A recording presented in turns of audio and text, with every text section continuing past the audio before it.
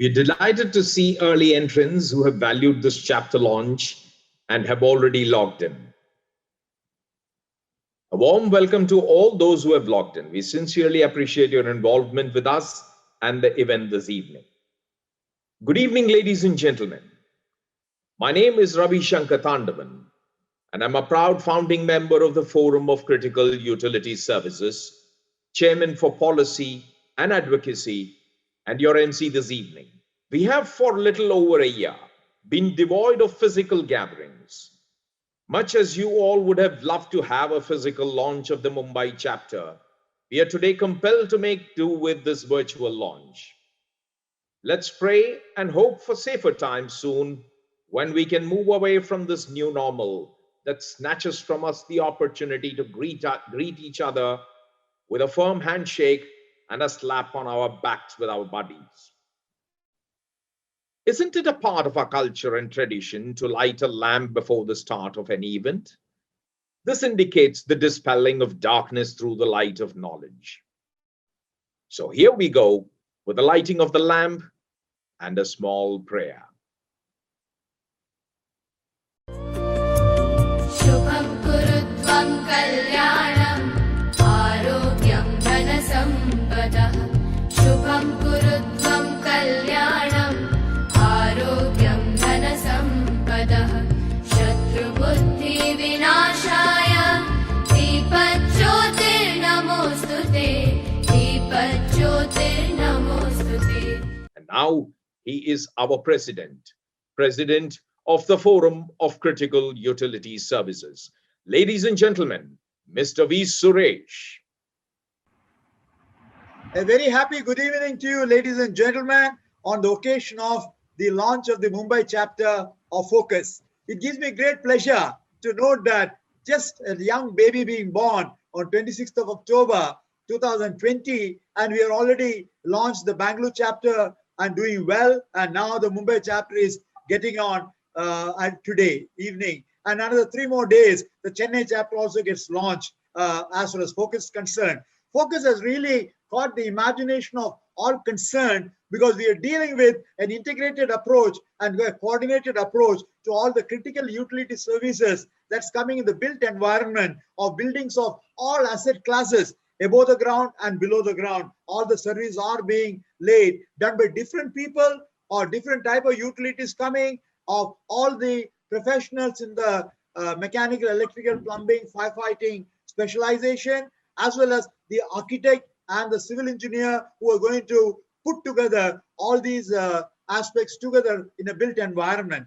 The need is to get it done in a very economic way, in an efficient way, environment friendly way, as well as in the best possible way by which least amount of wastage is coming, and all the resources that are put into the construction and the installation and commissioning are well utilized in a large way. And therefore, Focus, when you have started as a concept with so many other professional groups already available for each of the vertical sectors there, but none to deal with the whole, and therefore Focus got born. And I'm very happy that we have received excellent response to the particular thing.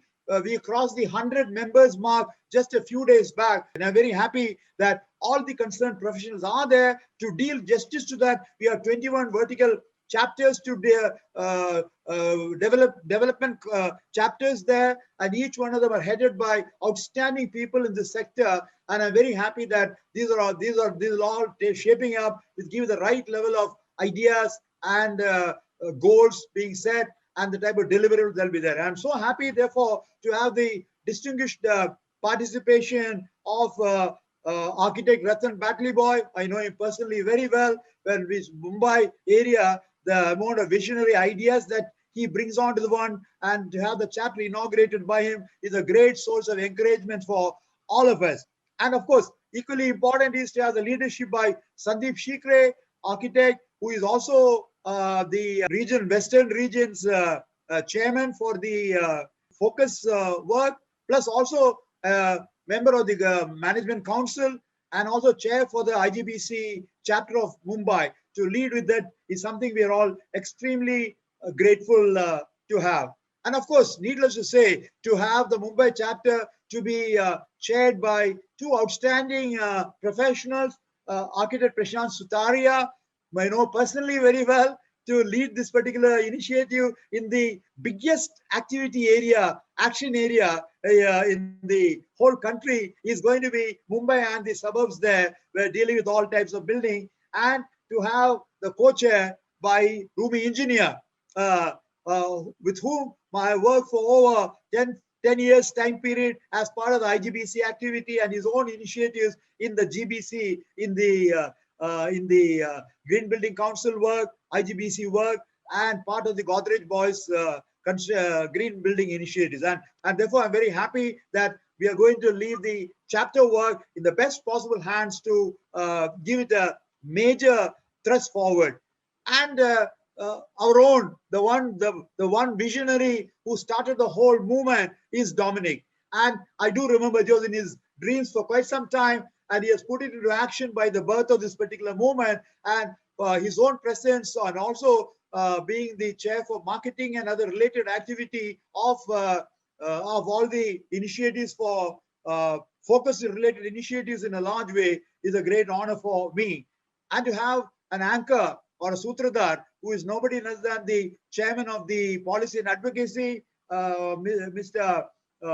Ravishankar Tandavan, and we are very happy that he is, in spite of the fact that he's not entirely fully well, a little indisposed, but I'm happy that the spirit and energy that he has brought for running the whole program today, we are very grateful to have his presence in a large way. And to cover it all, we have the General Secretary, Mr. Narasimhan, who is guiding all from Mumbai. And Bombay has got a fantastic team of people to deal with this particular area of work. And Ashish Rekeja, our other vice president, along with Dr. Velan, is also giving it a major direction blessing for the work of the Mumbai chapter. And let me offer my very best wishes to the team of Prashant Sutaria, Rumi Engineer, and Sandeep Shikre, and the team below, all the very best. And I once again thank from the bottom of my heart for the gracious presence of architect Ratan Batliboi. I'm eagerly looking forward to hear his and see the guidance path he's likely to give for our event. Thank you so much and have a wonderful evening. I'm delighted to introduce the architect of the Mumbai chapter, who, by the way, is actually a very renowned architect. Architect Sandeep Shikre is the president and CEO of SSA Architects. He is a USGBC lead accredited professional. He has a deep commitment towards sustainable development and is the founding member of IGBC and also chairman of the Indian Green Building Council Mumbai chapter. Sandeep will also introduce to the chairman and his team at Focus Mumbai. Good afternoon, friends and viewers.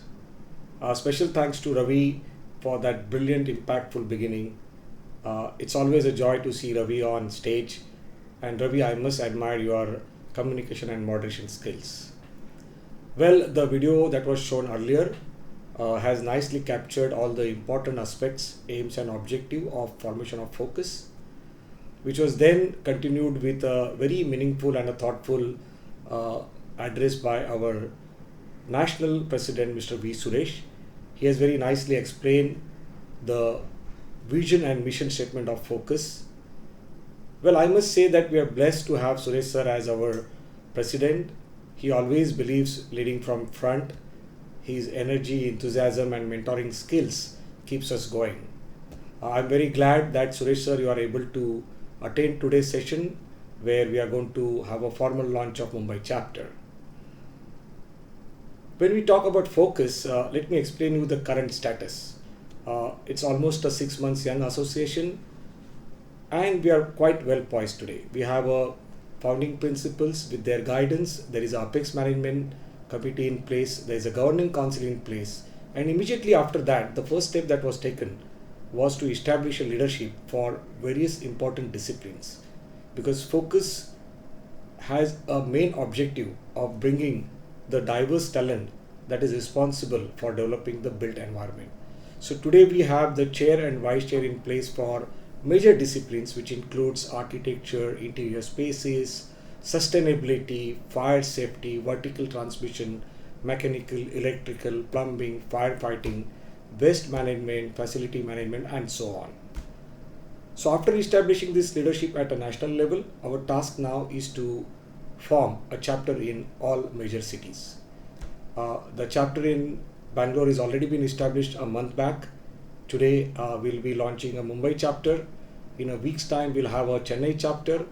So the thought here is to establish at least 20 odd chapters by end of 2021 and further then move into the various nooks and corners of our country, so that we gather the diverse talent who are responsible for providing a seamless service for the future built environment.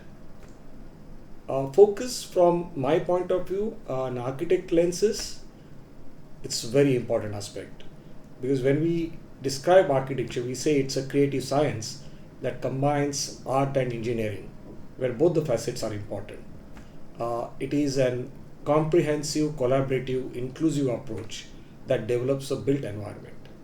And the built environment has to be people-centric. It is responsible for its contextuality, its functionality, and most importantly, for its resiliency also.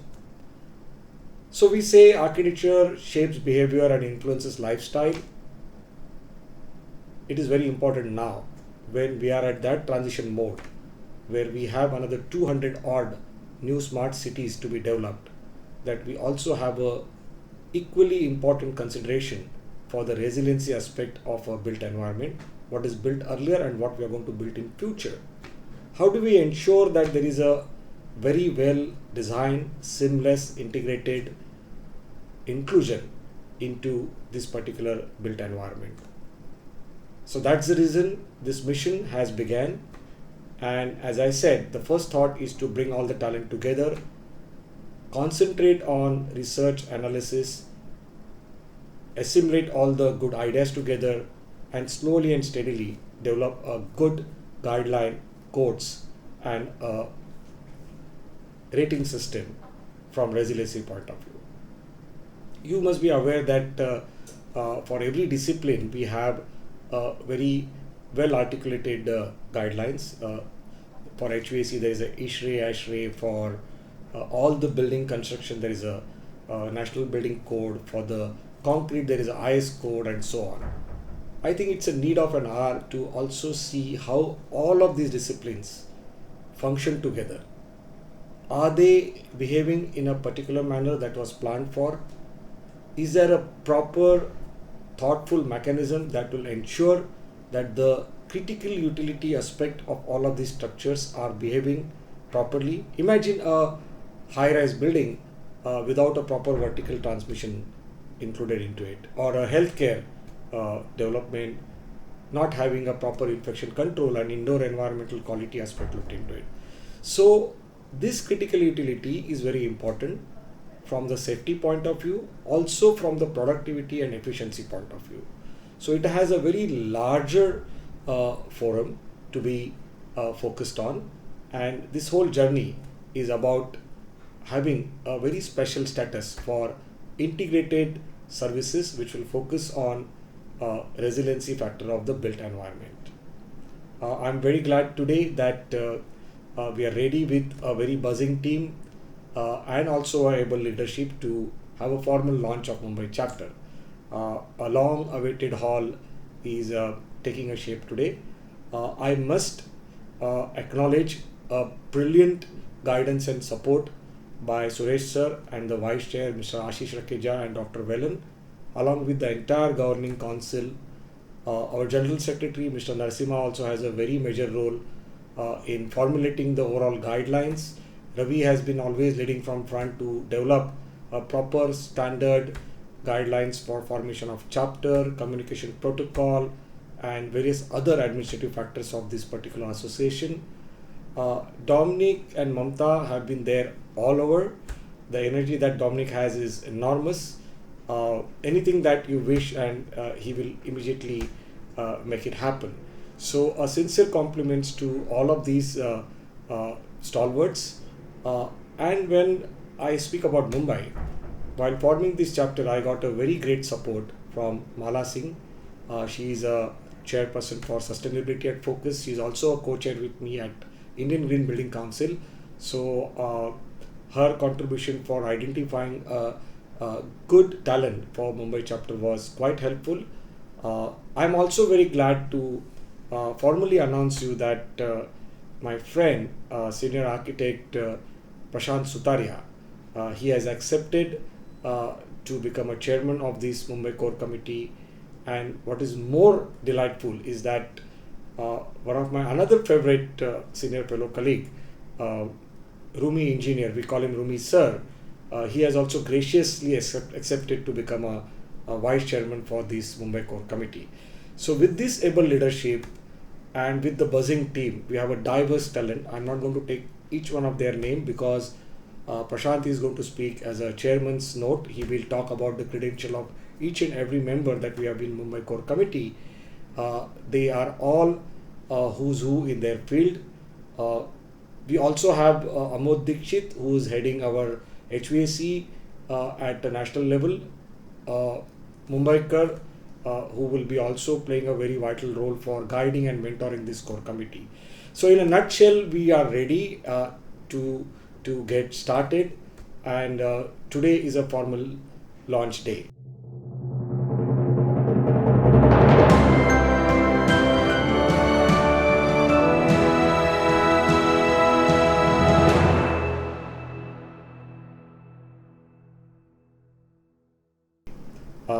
I feel quite happy to also communicate to you that I requested Ratan Batliboi, one of my senior peer, to come here and give a keynote speech. And I'm glad that he has accepted our invite. He will be speaking on his thoughts about the caption subject, and I'm sure he'll add a lot of values.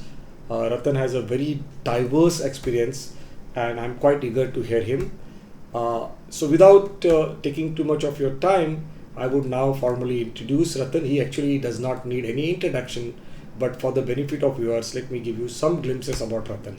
Ratan Batliboi is a founding principal and chairman of RJB Consultants Private Limited. It's a reputed firm having an experience of more than 35 years, recipient of a lot of national and international awards. Ratan also is a founding principal of several meaningful associations. All of you must have heard about CRY, Save the Children. It's his brainchild, and he's one of the senior founding principal for CRY. He has also established a very interesting forum called Eden, which says education environment, a very thoughtful, versatile platform where Eden strives to bring all innovative and a very relevant strategies for future architecture to improve the quality of a built environment, sustainability, and various other facets. Ratan's portfolio is very diverse. He has a lot of transportation, institutional projects, convention center. His Sitco Convention Center has received lot many awards. And most importantly, he has done quite iconic urban planning projects also. Those who are Mumbaikars must be very much aware that our signature iconic Marine Drive is been designed and beautified by him. There are countless accolades and talent that Ratan has, but now I would like to call him to take it over, and over to you, Ratan. This is about collaborative change making. As I understand, Focus is a platform for an exchange of holistic ideas for design, engineering, sustainability, and resilience. It's a collective of the most capable minds, I'm told, who alone can probably do very little. But together, I think we can do some incredible stuff. It's going to be, what we can do together is being able to impact the lives of people, the lives of communities, and society in general. I've broken up this talk into modules to help me navigate through and express my thoughts and views on this platform. to launch the Mumbai chapter of Focus, yet another group of professionals who hopefully have a wider and a stronger purpose and a mandate to be meaningful to society. This talk is about what I consider our collective core responsibility, beyond the deep knowledge and the skills that each of us individually possess or have access to through our offices. We should go beyond us using our education or our experiences, our hardware or our software, our data or its analytics or its management, to the true purpose of what our professional existence is, which should be to serve our clients, in turn the occupants of the buildings we design, the spaces we do, the cities we build, the communities that we serve, and how this would impact society at large, creating a much better order, a much better quality of existence for all living on our planet. Every journey starts with a single step in the right direction, and I'm sure this is going to be one of them. Going forward, in terms of what we're looking at, I'm looking at the disciplines and the interdependence of all of us. The way we look at it is we are nothing without a project, we are nothing without a client, we're nothing without the architects and the contractors that help us. The project and the client could come from a private space, could come from the government, could come from the finances, the users, the administration of the project. It would eventually serve the community and then the city. On the right-hand side of this little diagram, we're talking about the specialists we normally use. The super specialists, which are really the boxes in which we talk about the overview. The super specialists in terms of beyond these 15 or 17 disciplines that have been established for focus. We talk about much wider geologists, anthropologists, transportation, heritage conservationists, etc. And not to forget the ekdam super specialists. And I think this is something that we all forget in our daily lives, which are really the governments or the NGOs, the public representatives, residents associations, citizens groups, planning authorities, guys who know much more than us and really establish what we're supposed to be doing. So having said that, we have this whole milieu of people that really form our universe and make us successful as delivery agents for the projects that we deliver. I'm looking at a holistic approach. I'm looking at shifting priorities. You will see in the background a lot of photographs of the sort of projects that we do, and they'll change as we go chapter to chapter. Our holistic approach really is talking about the urban design, the architecture, and the interior design that we started with in the organization. We look at sensitive design principles, we look at contextual critical thinking, we look at style statements, the aesthetics of the project. That was not really enough. So we added on another arm to our lives, which talked about the environmental graphics, the arts, the branding, the communication, the identity, the visual identity of our clients. We talked about immersive user experiences.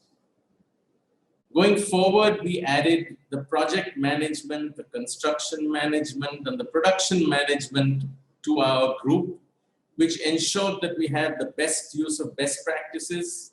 It looked at effective engineering services. It looked at new technologies, new techniques, new efficiencies to make us much more potent in the space.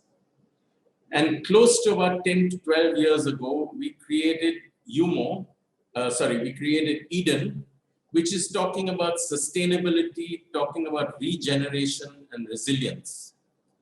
And with Eden, we talked about compliances and codes, we talked about energy management, we talked about diversity, we talked about net zero, we talked about positive approach, we talked about everything that makes eventually the whole circle complete, going back to sensitive design principles. And having said this, this is the overall holistic approach through which my 40 years in the organization and in the workspace has sort of molded itself. Most people know about the 3 Ps, which is people, planet, profit. We've added a 4th P which talks about the project and a 5th P which talks about performance. And when you look at these in holism, I think the important thing to understand is that it's not just about how these match up to each other. It's about the interrelationship of these 5 Ps. And I'm going to illustrate that with a small diagram. If you talk about putting performance in the center, then you see that everything that performance happens is impacting the planet. It looks at the costing and mechanism for profitability. It looks at project deadlines and completion deadlines. And the most important thing, it looks at people and the quality of life for those people. When I say shifting priorities, if I change the priority to profit, you realize that instead of the outward arrows from performance, which we looked at in the left-hand side diagram, suddenly the profitability or the profits become the central point and everything is taken towards that center. So obviously there's going to be some sort of compromise in the people, the planet, the performance, and the project detail. If you change the profit of the center to planet, or you change the profit of the center to project, you will realize that your priorities are completely different when you're handling it, dependent on what you put at the center of your existence. And having said that, we look at the most important thing in our present scenario, which is the value framework within which we operate. I think the value framework that everybody looks at is quite different from what it used to be. Everybody's perception of value framework is completely different. And I'm going to lend a couple of minutes on this.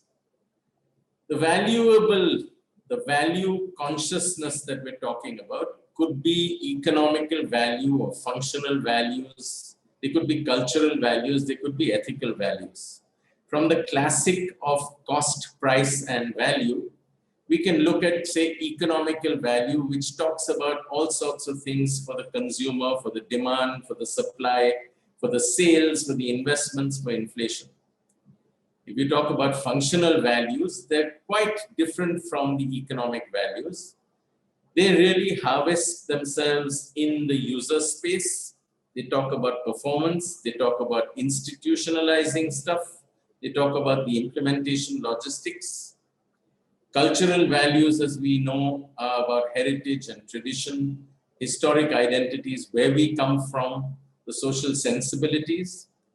And the most critical, sort of getting clouded in today's day and age, is the ethical values that we operate on. The ethical values of trust, of the society, of being inclusive, the regulation within which we should operate, the laws of the land within which we have to function. I think it's a notion that we need to establish and embrace, which is looking at tangible values versus intangible values. And I'm harping on this for the simple reason that we're losing certain issues to being pom-pommed as only tangible values versus the most critical intrinsic values that we need as a society, which are really the ethical and the intangible values. If you look at the valuability, I'm looking at a value proposition, for example, which is converting our ideas to reality. If you look at the value chain that's exposed, it's the market system and the influences that are coming together to form this relationship. If you add the value engineering, what we are experts at in a project, it becomes the value proposition with the value engineering really becomes a unique offer. And like I talked about earlier, if we look at the entire framework, which is a value system within which all these function, I think it embraces the economical, functional, cultural, ethical, the tangible, and the non-tangible. So we talked priority and we talked values. And if you look at the value addition versus value creation, I'm going to give you a couple of examples what we mean by the value creation concept.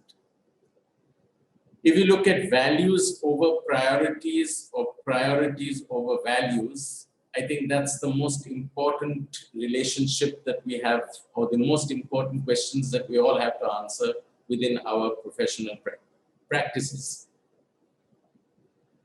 If you look at value layering across scale, I'm saying most of us are familiar with the building, which is in the neighborhood, which is in the city. And I'm going to give you 2 or 3 quick examples of how we see this in terms of our own practices. Kharghar railway station was quite an interesting project for us, done in the early 90s. It took us about 5 years to convince people that it would be a great idea to use airspace above a railway station. So the overall project started about 5 years ago in the late 80s, and by the 1994, I think we finally got permission to build something like this. The tracks were already laid, trains were already moving. We did this project in parts. So essentially you see this ramp climbing up to the platform, and the platform above the railway platform is really to house cars. When we talked about it, it was barren land. We tried and explained that we were able to save almost 65 meters by about 210 meters of land that would have otherwise been reasonably used for just parking on the ground. When we brought it up on the railway platform, we saved that piece of land. That piece of land technically was able to be sold at a capital cost, and the entire proceeds of that really went into building the railway station. The interesting thing about Kharghar also is that the operating costs really happened by virtue of the parking tickets that were given to people to park their cars. Also importantly is that people who parked or came to the station in cars would have had to park very, very far away from the station. Over here they park on top of the platform and walk down 6 meters to the platform. When we done this proposal, there were very few cars in Kharghar, and it was completely a stupid idea as far as we were concerned, or as far as everybody else was concerned. In principle, what we see in the insert on the left-hand side is the capacity or the amount of parking that is needed. When we had talked to the government had said, there are not even 700 cars in Kharghar. What are you talking about? A multi-tiered parking deck. I wish we had insisted, and I wish we had pushed the government to spend those 5 or 10% extra on the structural components of this project, wherein we would have done the second and the third parking deck and served its purpose. So this is really the value creation that we did. It was not just a value add.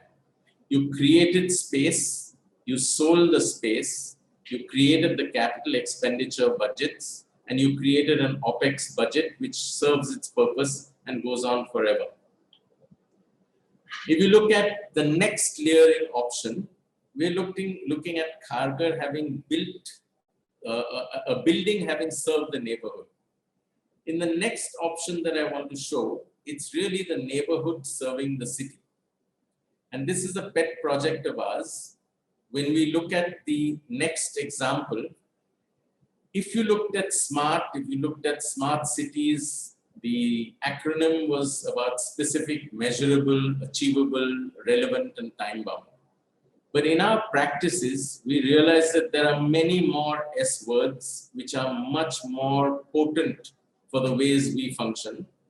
There are many more M words: multifunctional, mitigate, manageable, meaningful, accessible, affordable.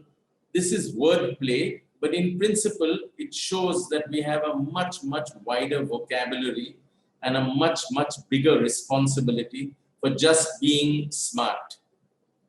And what we did was really create one more attitude, which is adding smarter, looking at the experiential perspective and looking at the resilience.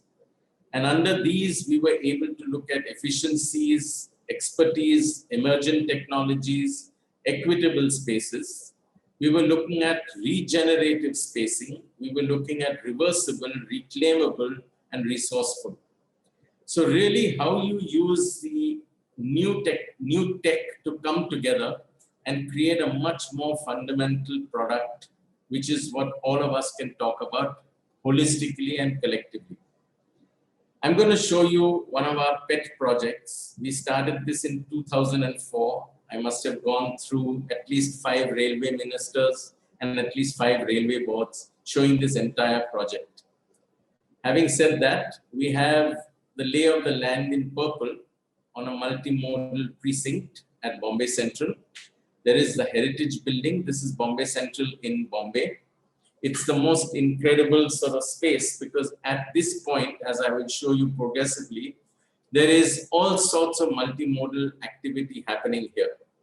So you can see pedestrian dispersal, you can see local trains, you can see outstation trains, you can see bike and car parking, you can see the proposed metro touching it, the bus stops that happen, the taxi stands, the Maharashtra state transportation, the depots, the BEST depots happening all within 500-meter radius.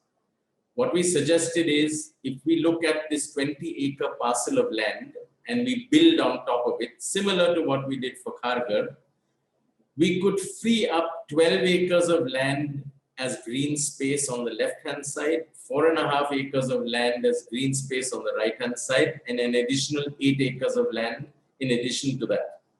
Now, having said this, the trick is to bring all buses, all MSRTC, all open lands onto these platform zones and create a multi-tiered sort of decked system which talked about Bombay Central as a multimodal precinct.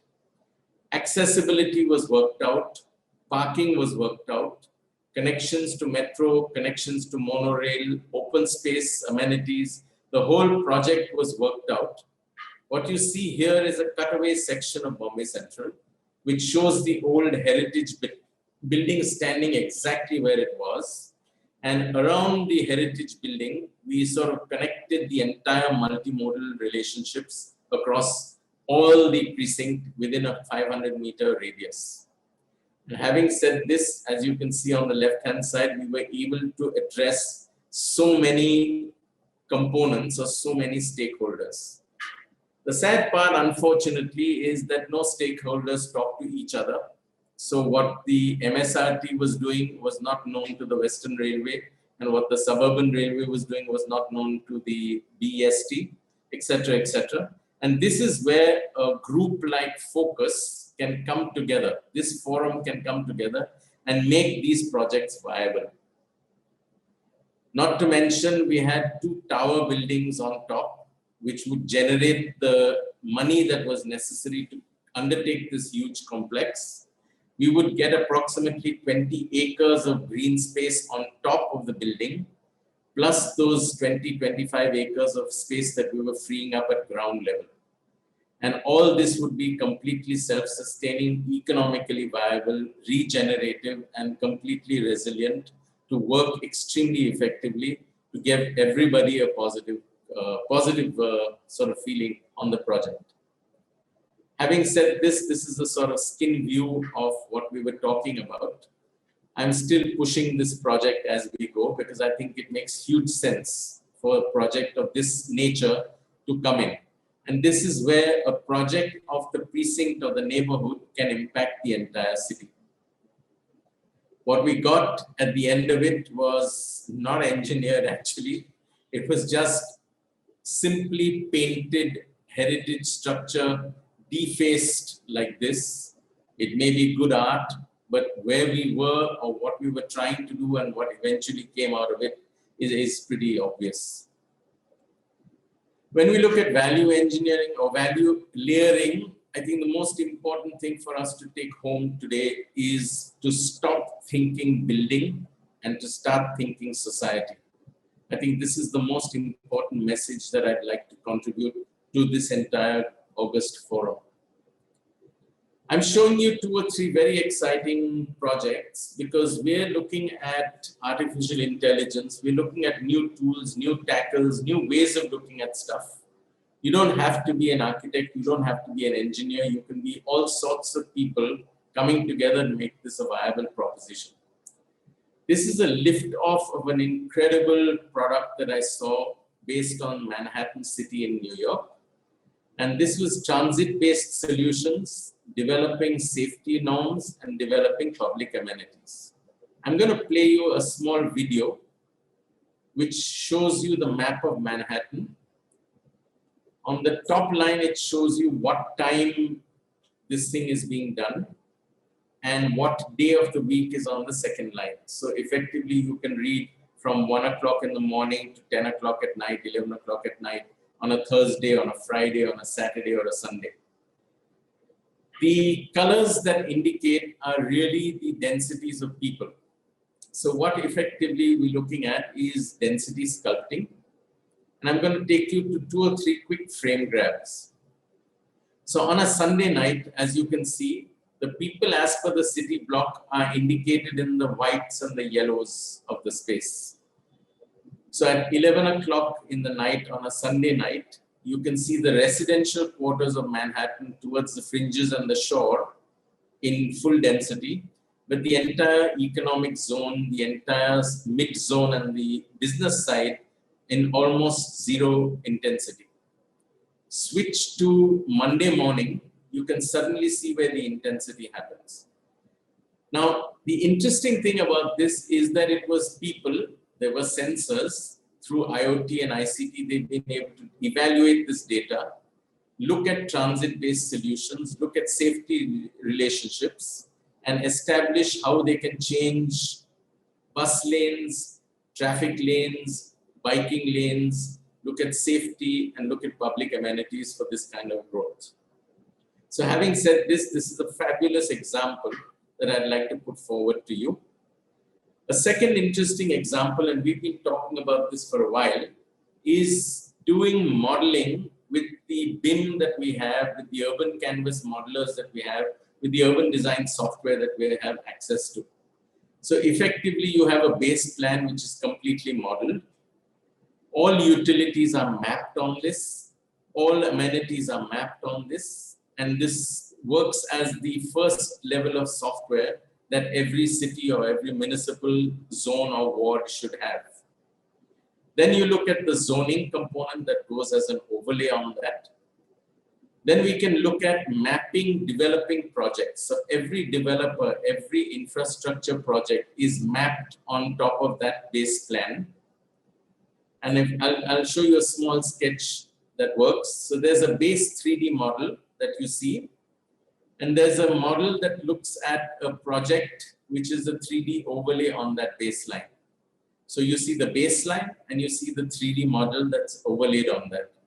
Now, this kind of incredible mapping allows you to calculate, allows you to work through the impact of this development on the city, on its roads, on its infrastructure, on its services, on its water management, on its electricity, on its substations, etc., etc. And this is incredible, and it can very easily be done.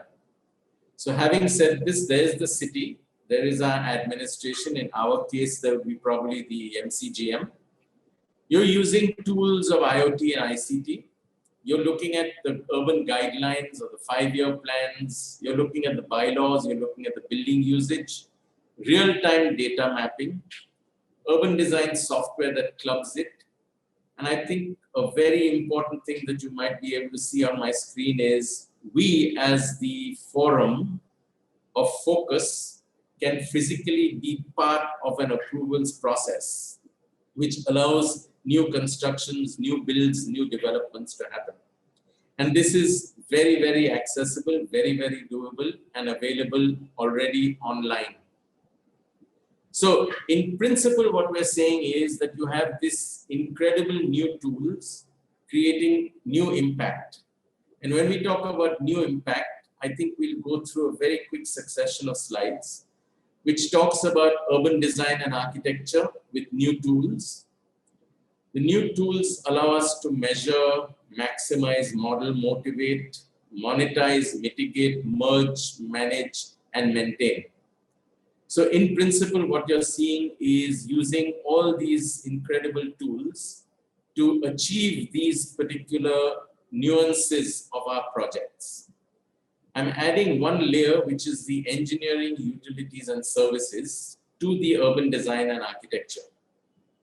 And the new tools that we have all have access to gives us incredible amounts of data, which we can manage now and look at new solutions to go through with our lives in the future. So we have drone technologies, we have 3D mapping, we have laser technologies, of course the sensors are all over the place. We have demographic studies, crowdsourcing stuff that happens, user responses, behavioral shifts, public administration. All these are really feeding into a scenario where you're talking about new collaborations. We're talking about new collaborations that allow us access to data. And this access to data is very, very vulnerable and very, very valuable to us because you can use this access in various ways to create a brand new synergy across the professions that we're looking at the screen with. Having said this, I think this is really the bottom line, which is collaborative change making. I started by saying that we are singly not possible. It's not singly possible for any one profession or one discipline to go forward like this. But I think it's very interesting that together we can do collaborative change making. So just to end this little talk, one of our projects responded to the city, and this was the CITCO exhibition center that we had done a few years ago. The CITCO exhibition center was a beautiful space designed for exhibitions. That was the exterior of the place, and this is the interior of the place. And during COVID times, it was converted by Hiten Sethi into a hospital. So the city demanded that this be converted into a hospital, and an exhibition center, which would otherwise have had stalls, actually became a COVID center and a hospital with red beds and blue beds and wards and things like that. So this is quite an incredible situation where one of our facilities converted to what the city demanded. And when our city responds as a facility, there's another quick facility that I want to show you, where the city space of Marine Drive. So when we did Marine Drive, this was a lazy morning, one Sunday morning, just before the air show. And we placed our cameras and we shot this, and I can promise you that there's no photoshopping involved. And this is the build-up within about 2 hours or 1.5 hours. So we had people coming in, and more people coming in, and many more people coming in. And this was really the city converting to probably the largest ever amphitheater in the world to witness an air show. We did a quick calculation. This was about 450,000 people standing there, shoulder to shoulder, and experiencing what the Indian Air Force and the Indian Navy were showing them on an Indian Navy week. So having said this, I think we should end here by saying it is collaborative change making. I think it is collaborative change making with the principles that we've talked about over these past few minutes. And I just wish you luck. I wish this forum luck. I wish that this forum focuses on what it needs to do. Anti-focuses by virtue of looking at it much wider rather than selectively and with blinkers, and comes together to give the city, to give our city, to give the various cities in the country an incredible amount of their intelligence to go forward into a great future. Thank you. We've been honored by the presence of Sri Ratan J Batliboi and for his time and the excellent presentation that he has made. There is a ton of knowledge and value that we have as a takeaway from it. Thank you, Mr. Batliboi, for your time and the support you have extended to us at Focus.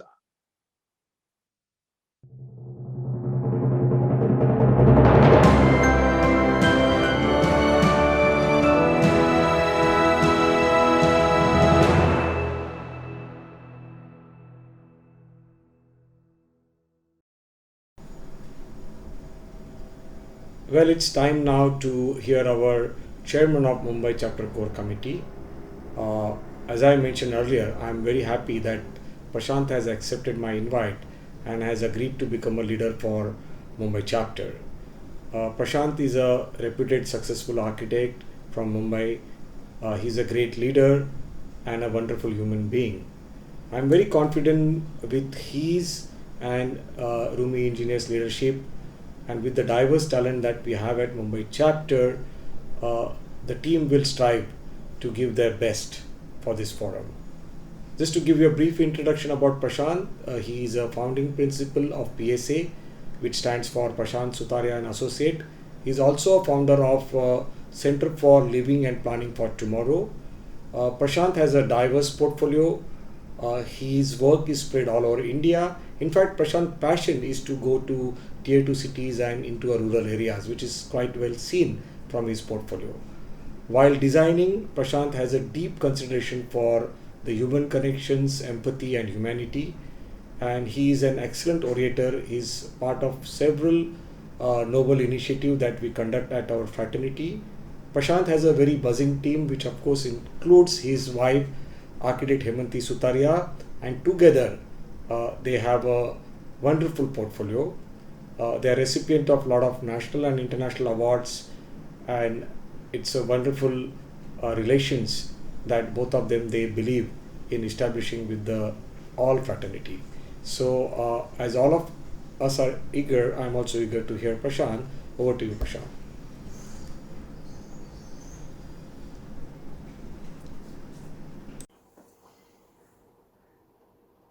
Good evening, everybody.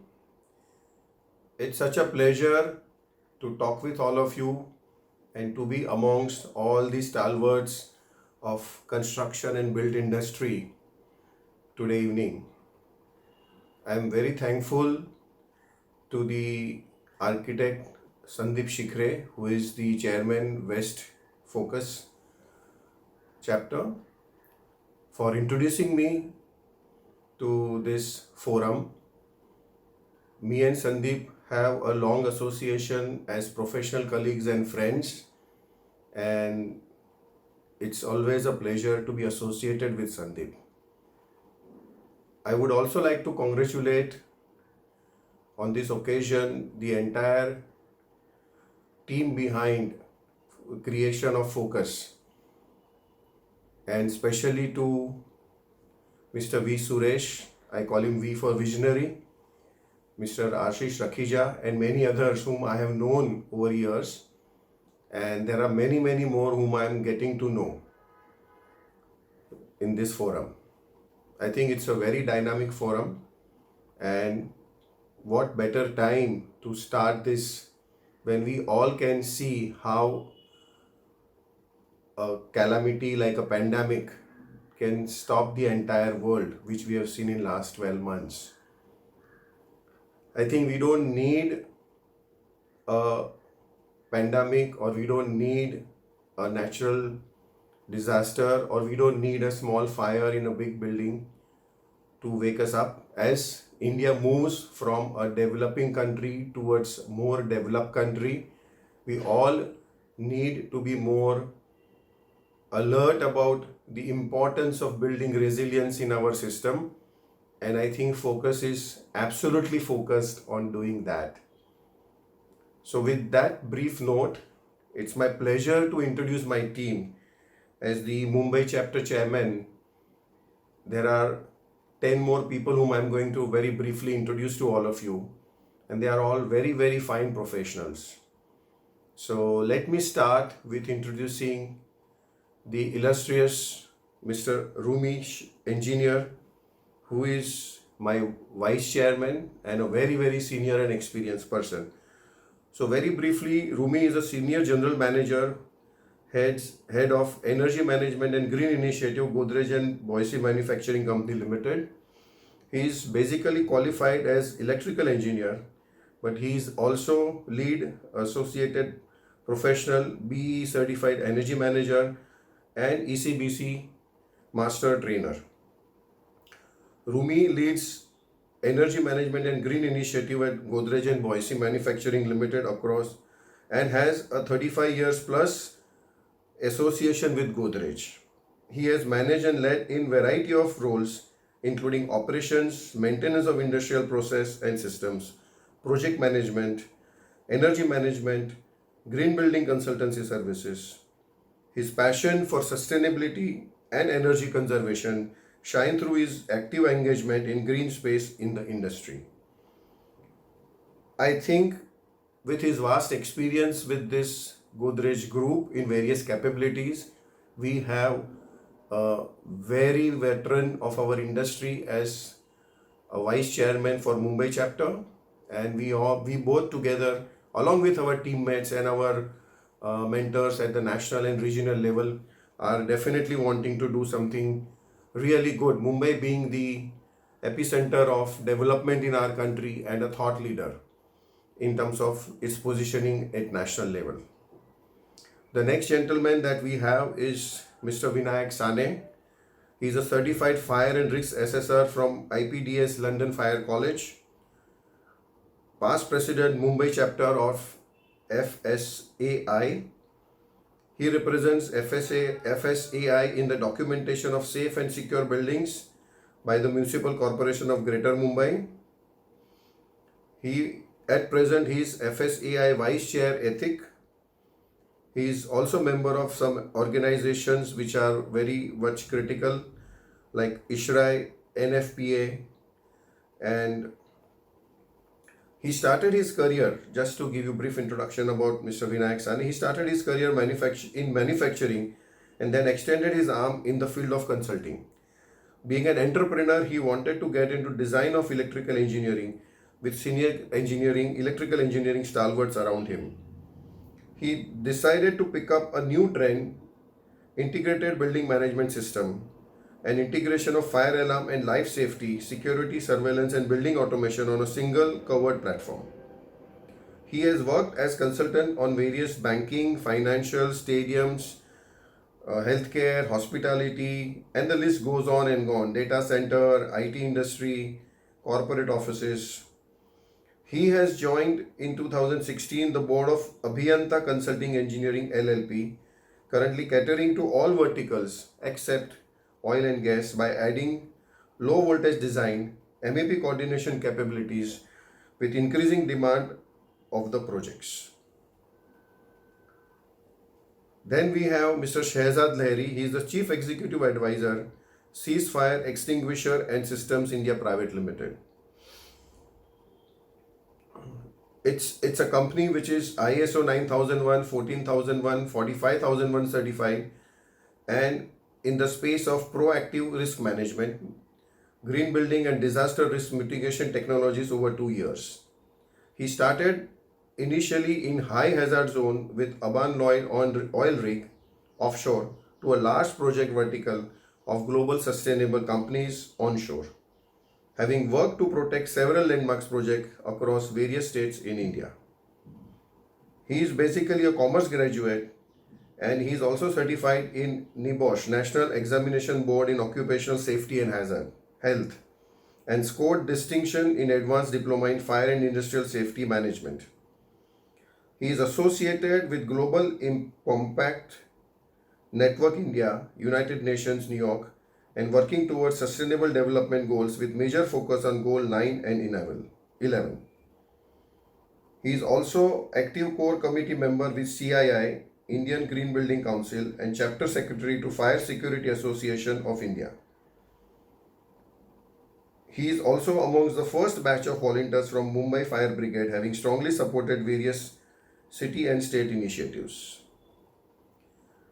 The next is Mr. Rajesh Venkateswaran.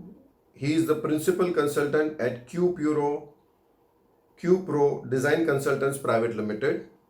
He is BTech in Chemical Engineering, Master of Management Studies, and Master of Business Administration from University of Chicago Booth School of Business. He has 23 years of experience in sales, operations, projects, and consulting in varied industries such as industrial good, FMCG, building industry, and telecom. His last assignment was as CEO of large infrastructure business in the telecom space. During his role, he was exposed to fire safety, security, sustainability, and the importance of energy management.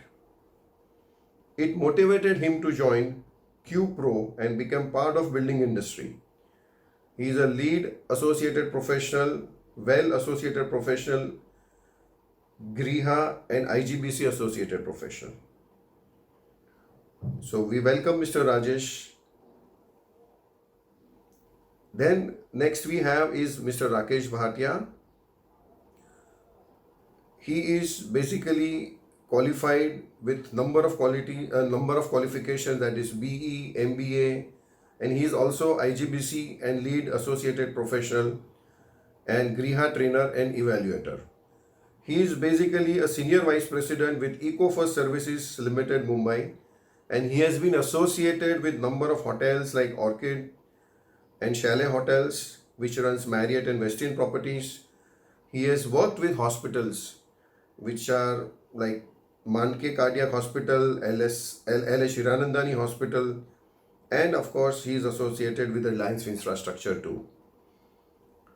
His core competence goes in the transformational leadership and team mentoring for consulting services, design and execution of new and innovative service offering from abstract ideas, and provide operation leadership along with growth trajectory. Technical due diligence for strategic asset value for private equity, REIT funds, net zero and high performance building expert, sustainably evangelist and mentor, design coordination for hospitality, healthcare, retail, commercial buildings, warehousing and residential. He has more than 25 years plus experience in multidisciplinary teams design and deliverable of multiple assets across built environment. So with his vast experience, here is our Rakesh Bhatia. The next is the civil engineer Mr. Praful Nayak, and he has worked with developers, prestigious developers like K. Raheja Group and Lokanwala Constructions, and he has executed milestone projects under those organizations as MEP engineer like the Resort Hotel at Malad, the Retreat Hotel at Malad, Taj Lands and Hotel at Bandra. He also executed few other projects including residential townships, skyscrapers, commercial buildings and infrastructures. In 1998, he established his own consulting firm, Hydrotech Consultants, which are MEP consultants and engineers, and they provide highly quality, cost-effective and time-bound service, which are independent, and they are also an independent firm of designers, planners, engineers, consultants and technical specialists offering a broad range of professional services. They have completed many milestone projects in Mumbai and around. Notable among them are the non-plant buildings of Reliance Industry at Jamnagar, hospitals of Navi Mumbai Municipal Corporation at Nerul and Airoli, and Mumbai Cricket Association at Kandivali. His mission is to deliver excellence in engineering and architecture, and we look forward to his contribution and association with Mumbai Chapter.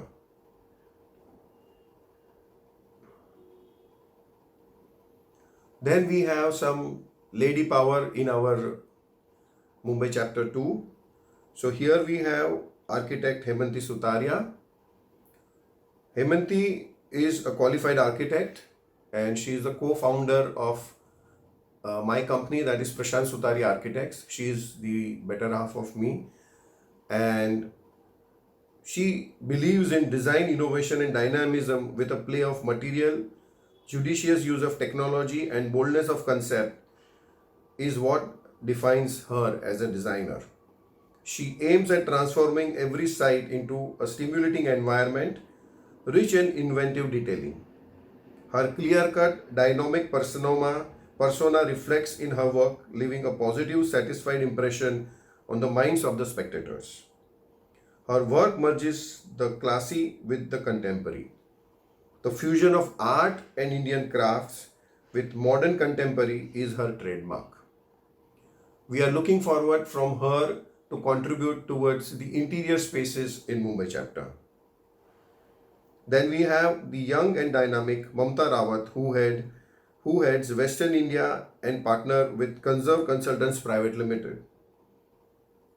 She is a lead accredited professional from the United States Green Building Council. She is accredited professional from Indian Green Building Council and Bureau of Energy Efficiency Certified Energy Manager. She has been recently honored with IGBC Fellow Award.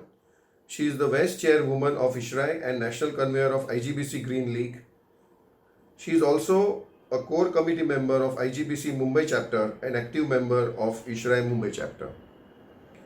She is passionate, sustainability professional actively working towards planning, designing, construction, operations and maintenance of green and energy efficient built environment. So we are looking forward to an active and energetic contribution from Mamta. Then we have Mr. Manish Shah. Manish is a very old friend. We have been together since our 11th, 12th college days. And Manish is a man, hands-on man, because he is not only highly qualified, he balances academics and practical on-site experience. Manish is right now looking after the L&T Powai campus as engineering and construction side. And he has got a vast experience of working with various companies like Herderia Chemicals on petrochemical side, Century Rayon, some developers and Supreme Industries also. His qualification started with BE Civil, then he went on to do management studies diploma, then diploma in construction safety, management in mechanical engineering and advanced diploma in industrial safety. He has got vast experience of commissioning a 5 megawatt cogeneration power plant, various effluent treatment plants, watershed works which would cover 30,000 hectares, 60 villages benefiting more than a population of 1 lakh people, drinking water schemes for 10 villages which covers 10,000 people, irrigation projects for 200 hectares, toilet and bath construction across Maharashtra, Rajasthan and Tamil Nadu. Almost 4,000 toilet blocks he has contributed in terms of his expertise. Besides on-site working and his knowledge, he has also done some publication and his works have been published in the form of article in Interior Today, Nikmar, and he has also written a book which goes by the name M's Tip for Making Durable and Maintenance Free Structure. So his vast experience of operations and maintenance will come handy for our chapter. Then we have Mr. Farhan Javed, who is Vice President Toshiba Johnson Elevators India Private Limited. Farhan is a mechanical engineer with over 18 years of experience in elevator industry and has worked in both domestic as well as international market in Middle East.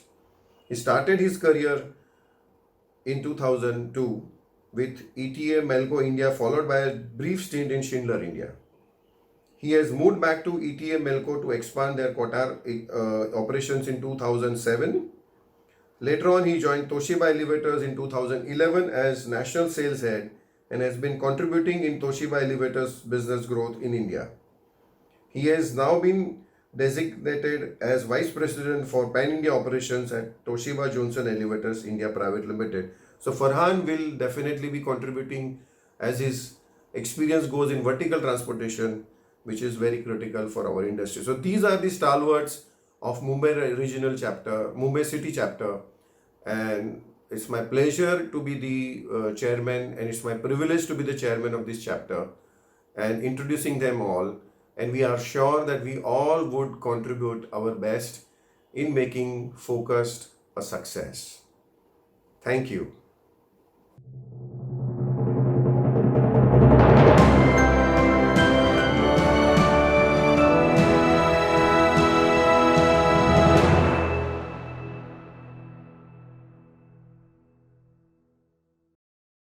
I would now request our Vice Chairman, Mr. Rumi Engineer to give a concluding remark. We call him Rumi Sir. Mr. Rumi Engineer is a Senior General Manager and Head for Electrical and Energy Conservation and Green Initiatives at Godrej and Boyce. He has more than 38 years of a prolific relations with Godrej. He is an electrical engineer from VJTI. He is a lead accredited professional from United States Green Building Council. Also, he is a ECBC master trainer. In my opinion, Rumi sir is a great role model for all the young minds. He always has a very brilliant, innovative thought process, and every time I meet him, there is a wonderful take home I have. A fantastic person to have with you, and I'm so glad that he has graciously accepted to become a vice chair for this Mumbai Chapter Core Committee. Over to you, Rumi sir. Respected Chair and participants, as the adage goes, well begun is half done. No event can be successful without heartfelt engagement and dedication of the resources and time to make sure everything works in seamless manner.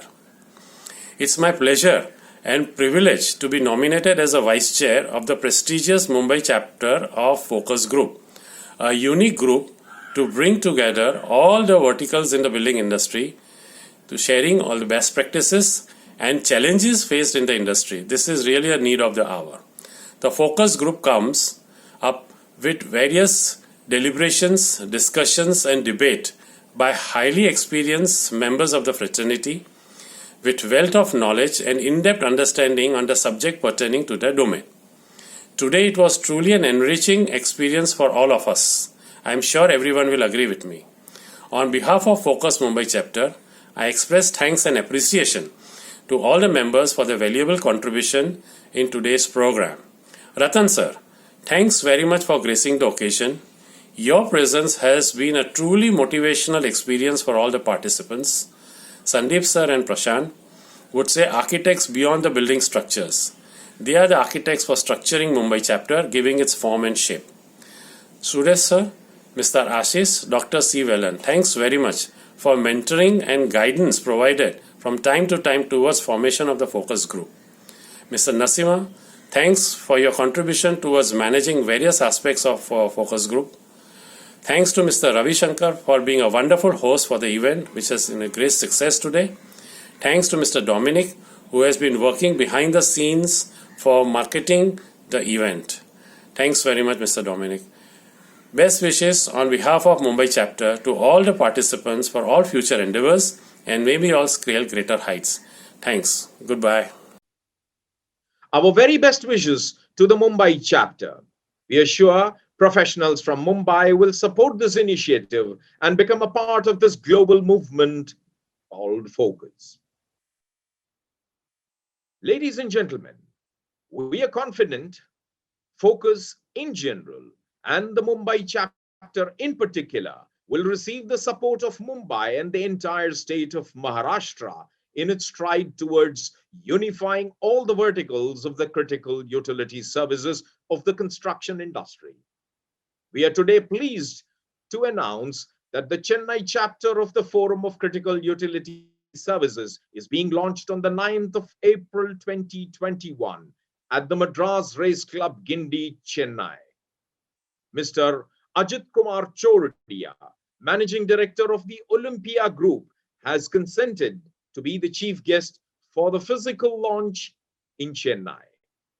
We are geared up for the same and will adhere to all the protocols in place for the safety of the participants of the Chennai launch.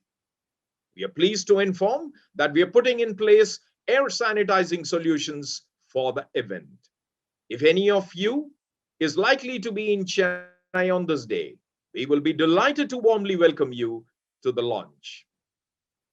The chairman, Dr. Kalirajan, the deputy dean at the L&T Institute of Project Management, and his team will look forward to your support to us in Chennai as well. We are delighted to let you all know that we are having an international webinar on the 12th of April on creating safe and resilient buildings. The presenters being Mr. Abhishek Chabra, Mr. Yulian Gibaz, and Mr. Mutaz Sahib.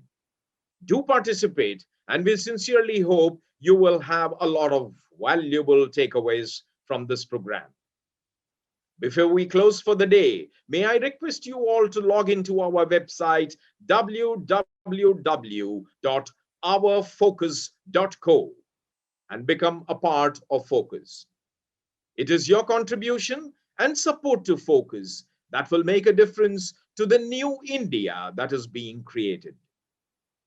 Let's join and make this the Bharat that we were centuries ago, shining, prosperous, bright, and a true world leader. Thank you once again for your encouragement and your participation in this Mumbai chapter launch of Focus. May you and your near and dear ones remain safe. Wishing you all a very prosperous financial year ahead. Good evening, ladies and gentlemen.